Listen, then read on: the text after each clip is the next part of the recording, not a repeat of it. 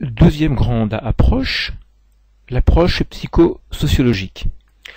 Le développement des enquêtes d'opinion a permis de relier l'individu à des groupes d'appartenance et ainsi de préciser les corrélations qu'on peut faire en matière de comportement électoral. Cette approche psychologique va surtout être représentée par deux écoles, l'école de Columbia et l'école du Michigan. Commençons par l'école de Columbia. C'est donc aux États-Unis que vont être élaborés la plupart des paradigmes de la sociologie électorale. C'est vraiment le succès des sondages d'opinion qui se développent à partir des années 1930 qui amène des études beaucoup plus pointues. Il y a notamment une étude qui est menée par une équipe dirigée par Paul Lazarsfeld. En 1940, il entreprend d'analyser les effets de la campagne électorale présidentielle sur la formation des choix électoraux. Cette campagne présidentielle voit s'affronter le président sortant démocrate Roosevelt à son challenger républicain Willkie. L'équipe de Lazarsfeld va alors constituer un panel représentatif des habitants d'un comté de l'Ohio, le comté de l'Erie. Ces habitants vont être interrogés à 7 reprises durant cette campagne électorale. Et les conclusions obtenues sont en contradiction avec ce que l'on en pouvait attendre. On pensait que le vote devait être issu d'une décision individuelle, informée et raisonnée de l'électeur. Et en fait, ce n'est pas ce que remonte l'enquête. La connaissance des groupes sociaux auxquels appartiennent les individus permet au contraire de prédire les votes. Chacun vote comme son groupe d'appartenance. Le second constat, il découle du premier, c'est l'influence plus que limitée de la campagne électorale sur les attitudes, les choix des électeurs. En fait, ne suivent la campagne que les individus déjà les plus politisés, donc ceux dont les opinions sont les plus ancrées, les plus arrêtées et les plus stables, donc ceux finalement qui sont le moins susceptibles de changer d'opinion.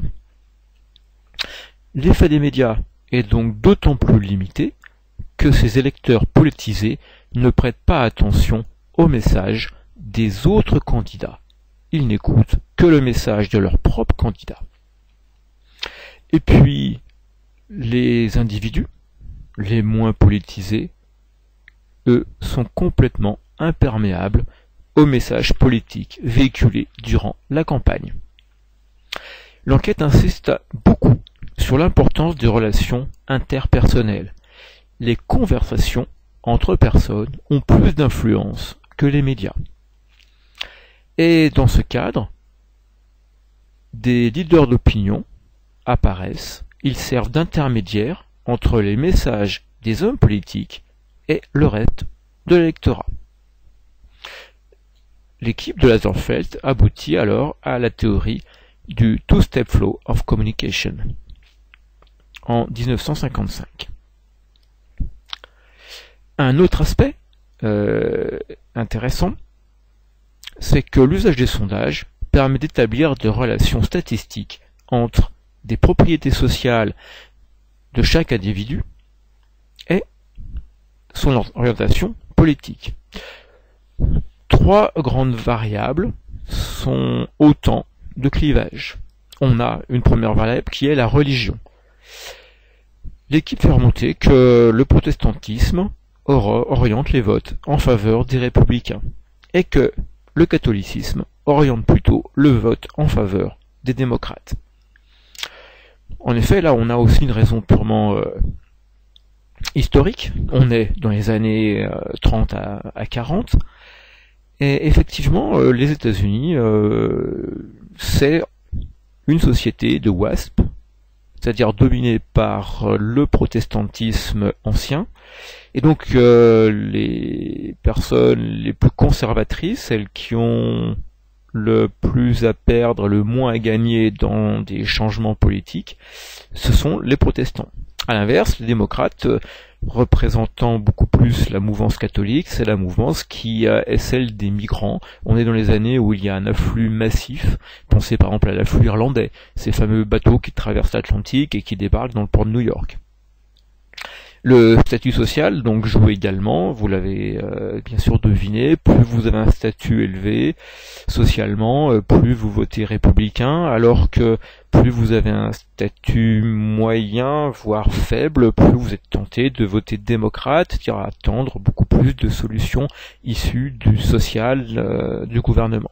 Et puis le dernier clivage, c'est le clivage urbain-rural, simplement parce que les populations migrantes, les populations les moins aisées se retrouvent dans les très grandes villes. J'avais cité New York il y a quelques instants, et à l'inverse, on va avoir une population rurale ancrée depuis bien plus longtemps, qui va, elle, voter massivement républicain. Dans le tableau que vous avez vu s'afficher il y a déjà quelques instants, vous avez un croisement entre ces variables. Donc par exemple entre la religion, le statut socio-économique et le vote. Ainsi, vous voyez assez vite que si vous êtes avec un statut social élevé et que vous êtes protestant, eh bien à 76% vous voterez républicain et une part plus faible, 24%, va voter démocrate.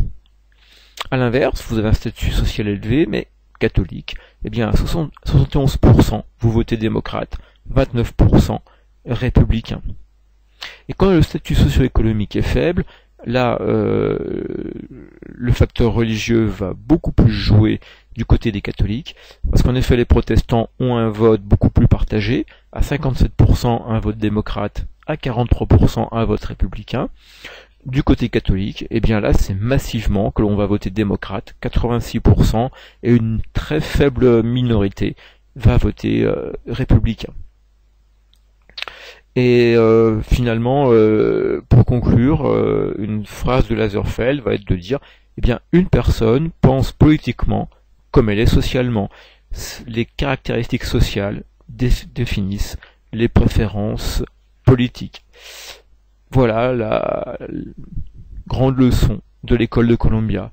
On pensait que l'électeur était quelqu'un de raisonné, de rationnel, qui allait étudier méticuleusement le discours et suivre le discours de chaque candidat à l'élection présidentielle. Il n'en est rien. Ce sont plutôt les influences de leaders d'opinion, c'est-à-dire d'individus politisés qui, par des conversations entre personnes, peut amener un lien entre les hommes politiques et cet électorat peu à l'écoute, et que surtout les médias finalement n'amènent que peu de choses.